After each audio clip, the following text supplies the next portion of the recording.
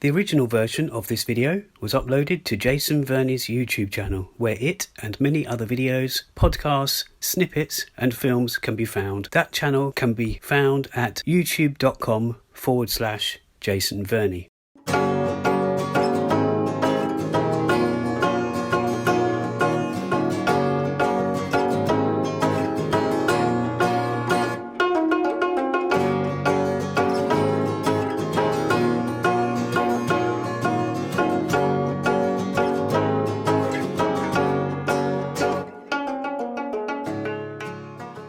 This is the Not So Korean podcast with Jay and Tim. I am Jason Verney. And this is Timothy Ohm. In this podcast series, we talk to one another and sometimes with special guests about what we know about Korea, What we don't know about Korea, what we want to know about Korea, and occasionally what we don't want to know about Korea. As you probably know, and as we always say, we usually record this live in UK's Koreatown itself. That's an area in and around New Malden. Yes, that's the largest Koreatown and Korean community in Europe.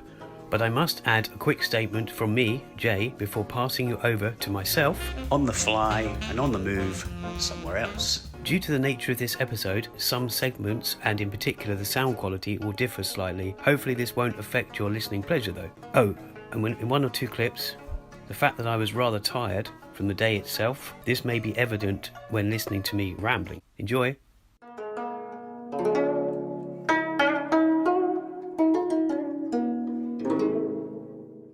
So, on this episode, it's kind of one of these on location, on the fly, on the move ones, but a bit different to any that you would have heard or could have heard before.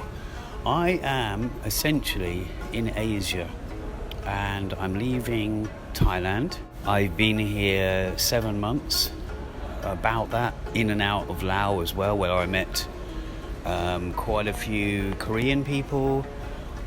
My trip has revolved around Korea a little bit, and that's not forgetting that I was actually in South Korea for 3 months.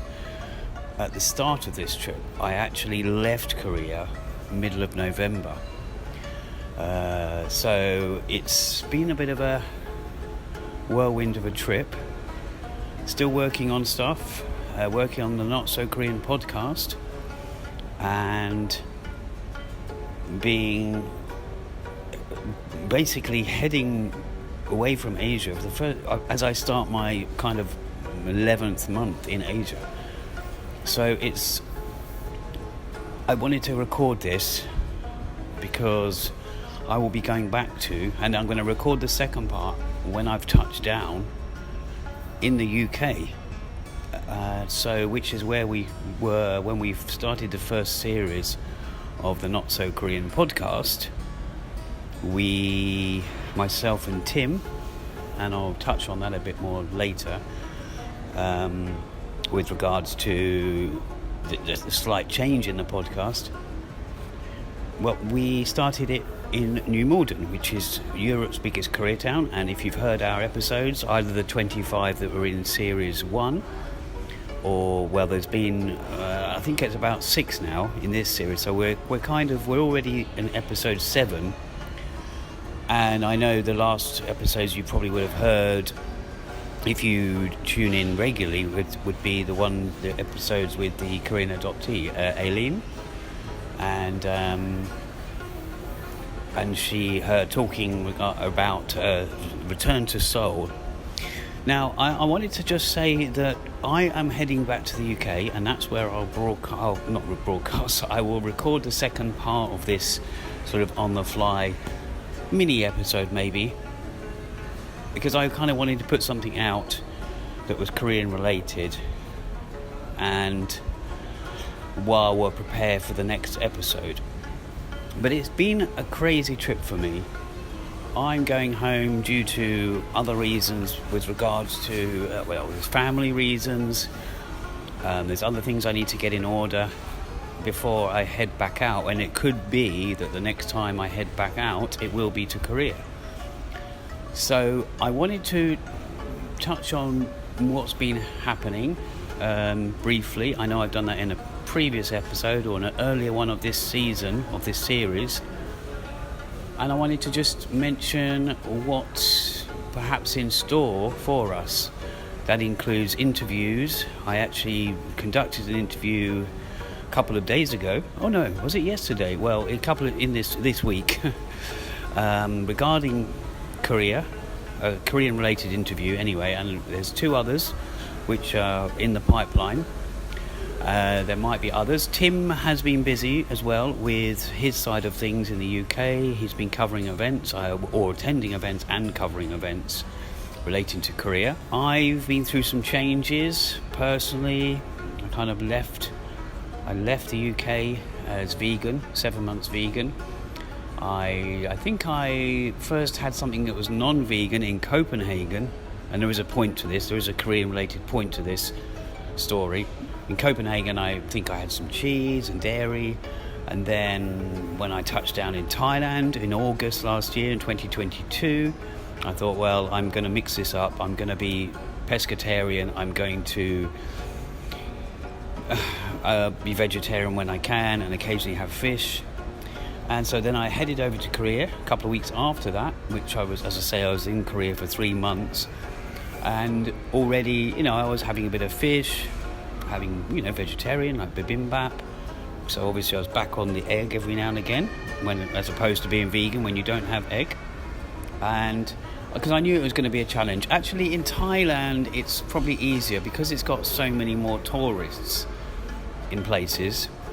They cater for all kinds. If you say you want something vegetarian, then that's easy. It's easier than Korea most times, unless you want to eat bibimbap every day in Korea. But or there are other things you can have, but it depends on what is available restaurant-wise. In Thailand, I found that the amount of restaurants and the varied restaurants, you can normally find something. A vegan a bit more tricky, but vegetarian definitely. And vegan, there is also many vegan places in certain areas of Thailand, and especially, let's say, some of the major cities and towns.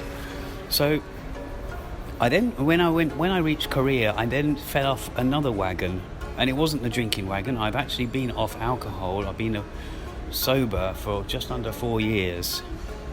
So thankfully that didn't start again. I'm not saying never with regards to that, but when I touched down in Korea, I was still having the decaf coffee that I'd had for about 3 years, and I've actually recorded some clips, and I'm going to put into another episode in the future regarding coffee and the situation in South Korea, purchasing decaf coffee, and what can and can't be done. But then, actually, when I went to Thailand, I then, not long being back in Thailand in November, I did have my first coffee, my proper caffeinated coffee. So it's been an up and down trip for me. But as I say, I'm heading back to the UK, which is where we started our podcast in Koreatown. I will be visiting there once or twice, if not more. And I won't perhaps be staying there. I'm going to be staying nearer to a family member or family. And it's going to be. I can't really believe right now I'm in the airport in Thailand. I walked past Koreatown today in Bangkok, which is a very not small. I mean, if you compared it to Koreatown, New Malden, UK's Koreatown, it's not. It's got a load of restaurants jammed together in a very sort of, what you could call Seoul Square maybe, but it's kind of Koreatown opposite the Korean Cultural Centre, or it's got a very similar name to that. Not far from the sort of the hub of Bangkok. But Koreatown has got all kinds of restaurants and bingsu places into this very modern kind of square with multiple floors, or a couple of different floors, I believe. So I kind of, when I left Bangkok today, or when I left to go to the airport, it was, memories of, Korea has been in my mind all the time, and also like in Family Mart, I think it is, because there's different chains here, like there is or convenience store chains or franchises there in Korea, there's CU and stuff, and there's also 7-Eleven or Family Mart or something equivalent, and in Thailand there's the same, but there's a lot of Kakao talk, Kakao story characters on promotions, on stickers, not to mention Blackpink is everywhere. That's not something I'm into, but it's you can't really avoid it. I'm pretty sure, I can't claim to know all the different K-pop bands, but I'm pretty sure they're also plastered everywhere in certain places and certain posters, but you know, Thailand has got its own sort of Thai pop and that, but that's drifting off the subject. That's not something I normally cover. So it's going to be, as I say, I just wanted to record this because there's going to be more episodes coming, but this one is I wanted to also touch on the fact that as you know, the series 2 has been different so far. Now that doesn't help it's not helped by the fact that myself and Tim are not only separated by 6,000 miles, also separated by time difference, and we've got our own projects going on. I've my Korean film, my Korean and English film, which was doing the festival rounds and still is, and is, you know, it's getting recognition, a little bit of recognition, and a few prizes, which is great. And also, one thing I'm looking forward to in a weird kind of way when I get back to the UK is meeting my fellow sort of activists or fellow, you know, humanists maybe, for the things like the Sewol, the Sewol ferry, which is the terrible tragedy, catastrophe really that happened in 2014.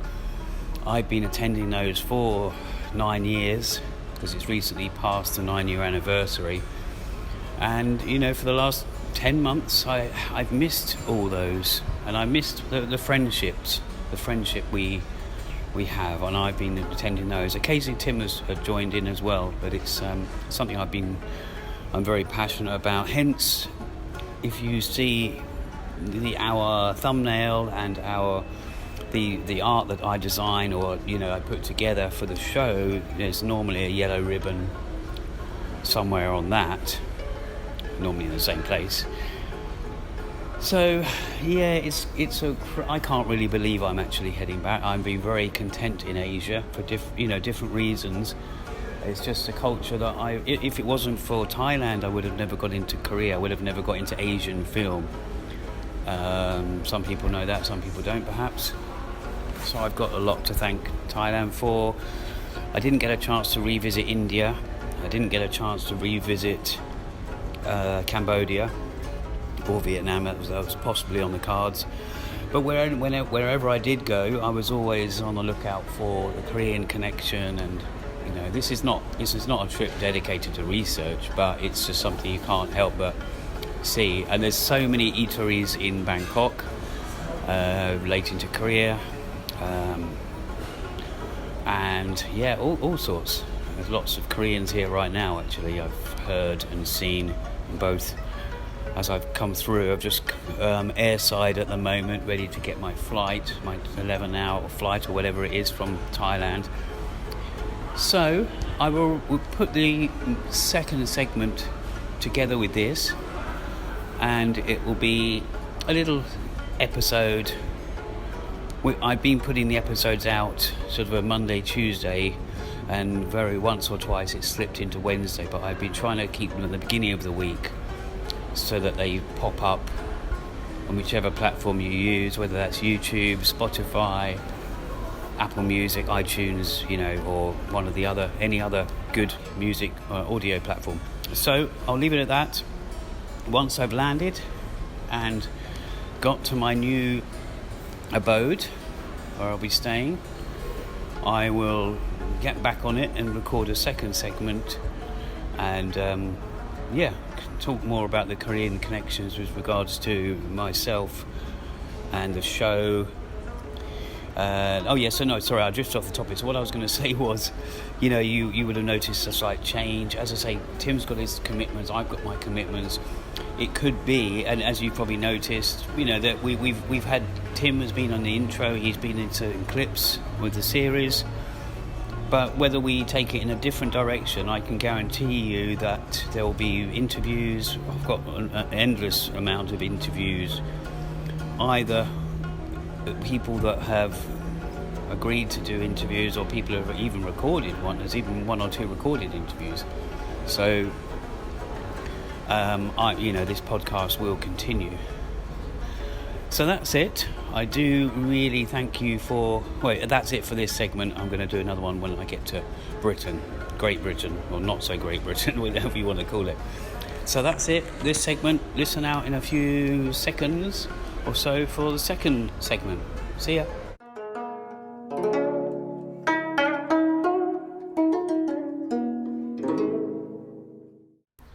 So, here I am, as promised, in the UK.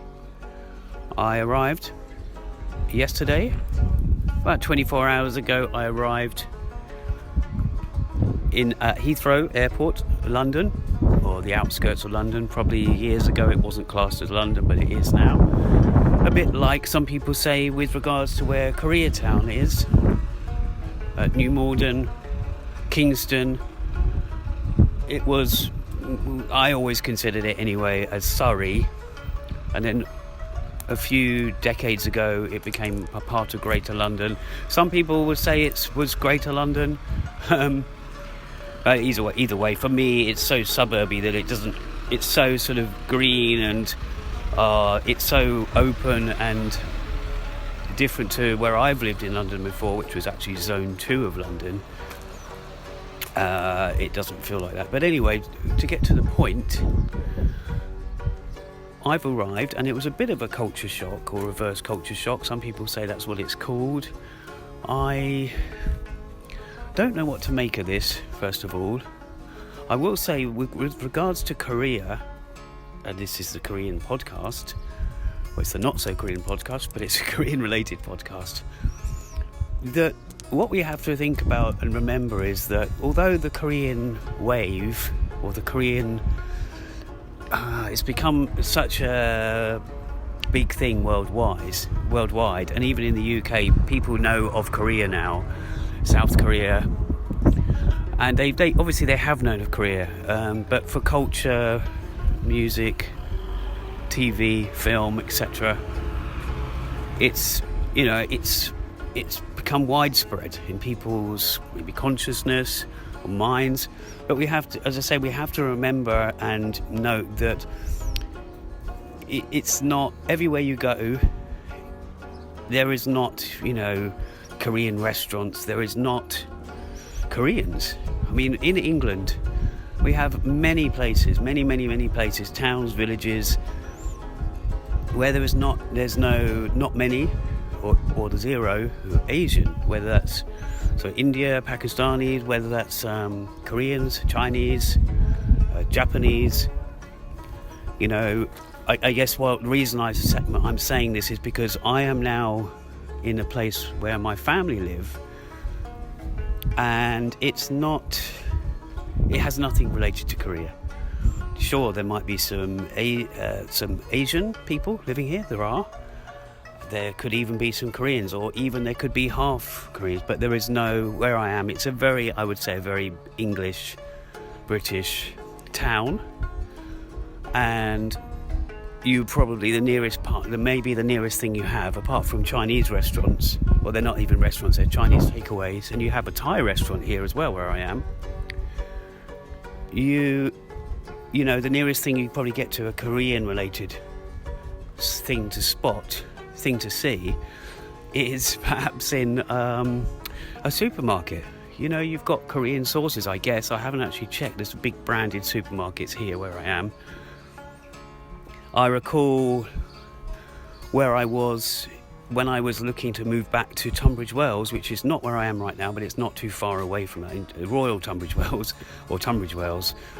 I went back, and I don't remember if there was a Korean restaurant, but somebody told me, and this relates to actually somebody I was close to, and I'm close to, regarding where I lived. Someone who looked after the property, let's just say. I don't want to sort of go into too much, but someone who became a good friend, and who's Korean Chinese, and there was talk of somebody opening up a restaurant in Tunbridge Wells, perhaps Korean or Japanese, and I think there was already at least a Japanese one, and maybe even Korean Japanese that exist there. And the only thing I'd probably seen in Tunbridge Wells is, because I'm pretty sure it's still there, is an Asian supermarket. So of course you're going to get, or Oriental supermarket. We have to remember that Asia is not just what people call Southeast Asia, and it's not just the Far East. You've got so many other countries that come under Asia.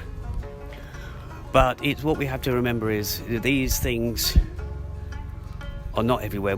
It's easy to kind of, when I was living in New Malden, and when Tim, we were broadcasting the podcast from there, and that's not to say we're not doing it again. I'm just not there right now. We will be. At some point we'll be doing it, whether it's using some material from when myself and Tim do meet and implementing that into the show, or whether it's another conversation we have when I go to Korea next. So what I was trying to say was, when you're in that town, Koreatown, of course it's very in English. If you took away all the KOREANness of that area, it's a very British area. It's very English, British, lots of Indian, Sri Lankan, but again, it still feels, it's still an English town. There's nothing Korean about it. Maybe architecture, maybe businesses that open up, maybe let's say, hairdressers, have their own way of creating cafes. We know one or two cafes where the Korean owner, they've given it a Korean style, and of course we have estate agents who maybe give it their own sort of Korean style. You have one or two buildings that, even the big office blocks in New Malden, as you come out the station, the two big towers. Now they're obviously British, or at least they're in Britain. But I, because of the Korean connection, perhaps I think of them as very Korea-like. They're kind of two giant monoliths. Some people might call them ugly. I just thought they became a part of my life for about 3 years. And it's really worth mentioning now, in case anyone's not learnt this before, but I first moved to New Malden, that area, because of a Korean Buddhist monk who's a friend of mine. She had a temple in a certain part of New Malden, and I actually lived there. I lived upstairs from the temple, and I learnt a few practices. We were already friends. We're both fellow artists. We're both artists, and she, it was my first coming back from Korea. And sorry to go over old ground if I have spoken about this. Coming back from Asia on a 13-week trip back in 2019, I went straight to New Malden. So I'd gone from Kilburn to Korea via India, Thailand and elsewhere, and then went back to Koreatown, Koreatown/Kingston. I mean, it was all the K's basically: Kilburn, Korea, Kingston, Koreatown. And that was my first. I'd already been visiting New Malden probably for a good 10 years on and off, but not that often. I had a couple of at least one or two birthday functions in Korean restaurants in New Malden. We're going back a while now, and that area is changing. Now, as I say, I'm not there right now. I'm in East Sussex. When you come out of Tunbridge Wells is on the border of Kent East. Well, sorry, you come out of Tunbridge Wells, then you go straight into East Sussex, so you're no longer in Kent. Tunbridge Wells is in Kent.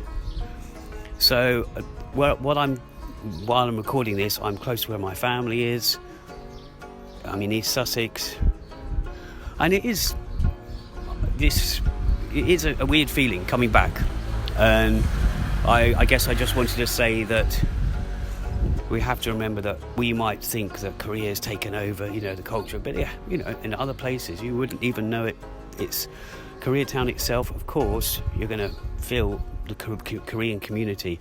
When you go to central London, you're going to feel that, and other parts of London and other towns and cities will have, they might now have a Korean restaurant. It often isn't Korean. It could be Korean infused. I've just remembered, I realised the prices have changed since I've been away. Although with regards to food, at the station when I arrived at London Bridge to make my connection to East Sussex, to where I was going to, I've got the wind here, I went to buy something in a well-known chain, and I fair enough, the prices are sometimes raised in stations or airports, of course, but I then went into a well-known food chain and bought some hash browns. I know, let's say what it is, because it wasn't McDonald's, it was Leon. It was like these very cheap hash browns, but you could get with it Korean sauce. And so that was never a thing before, or I don't remember it being a thing.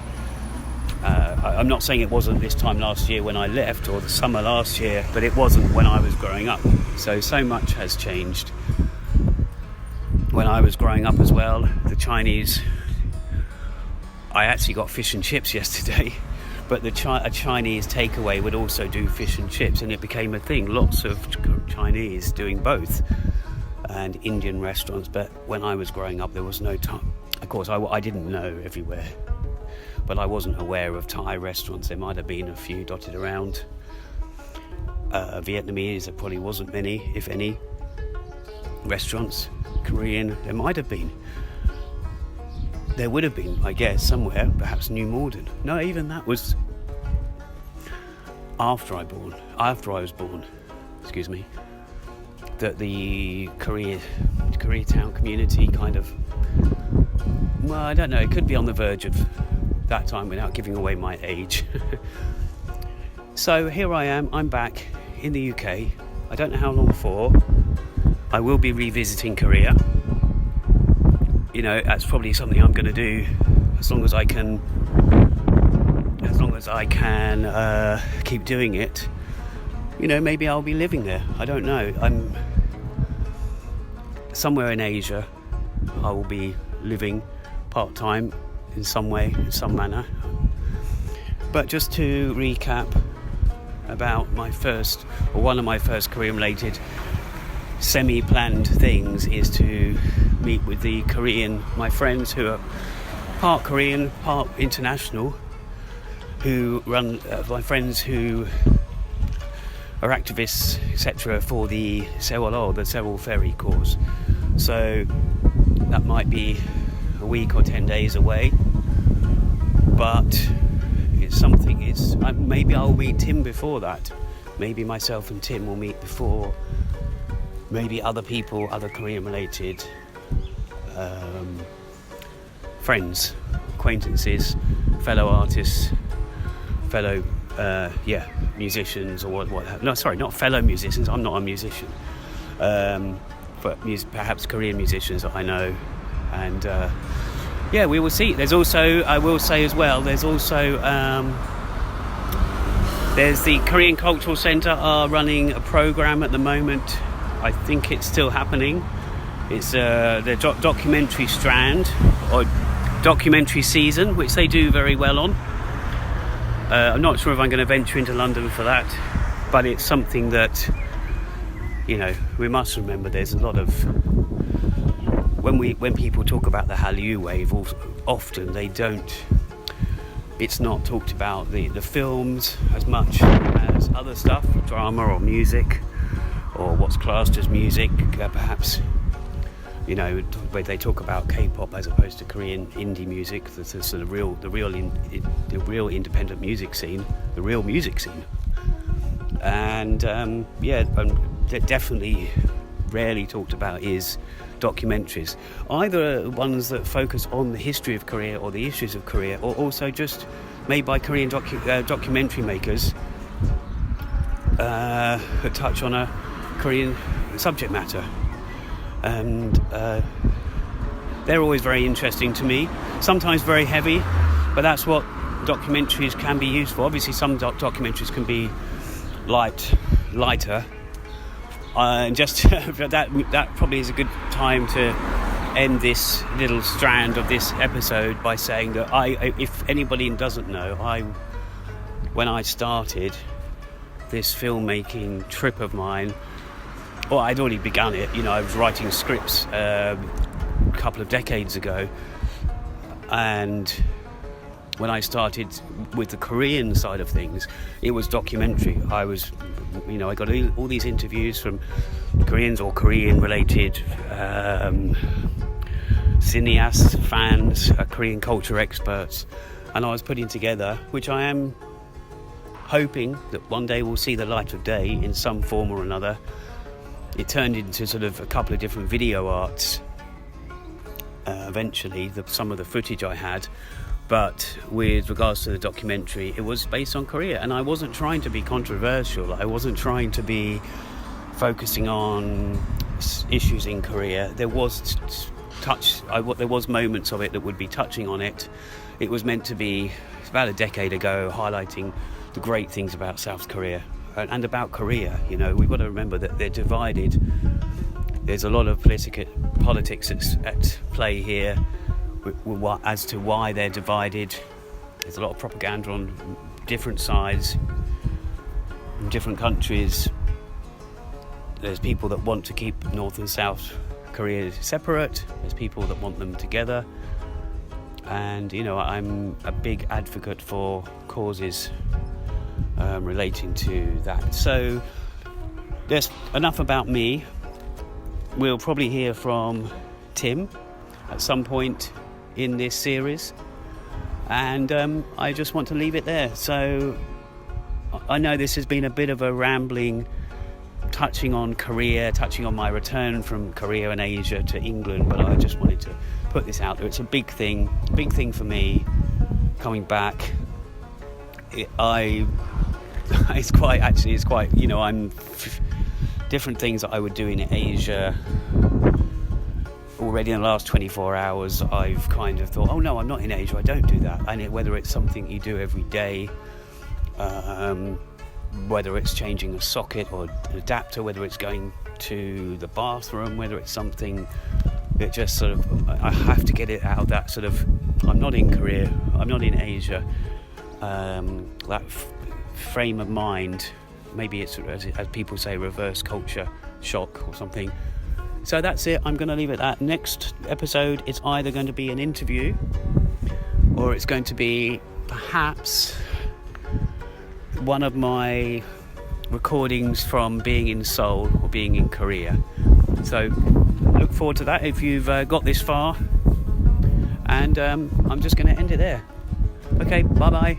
안녕히 계세요.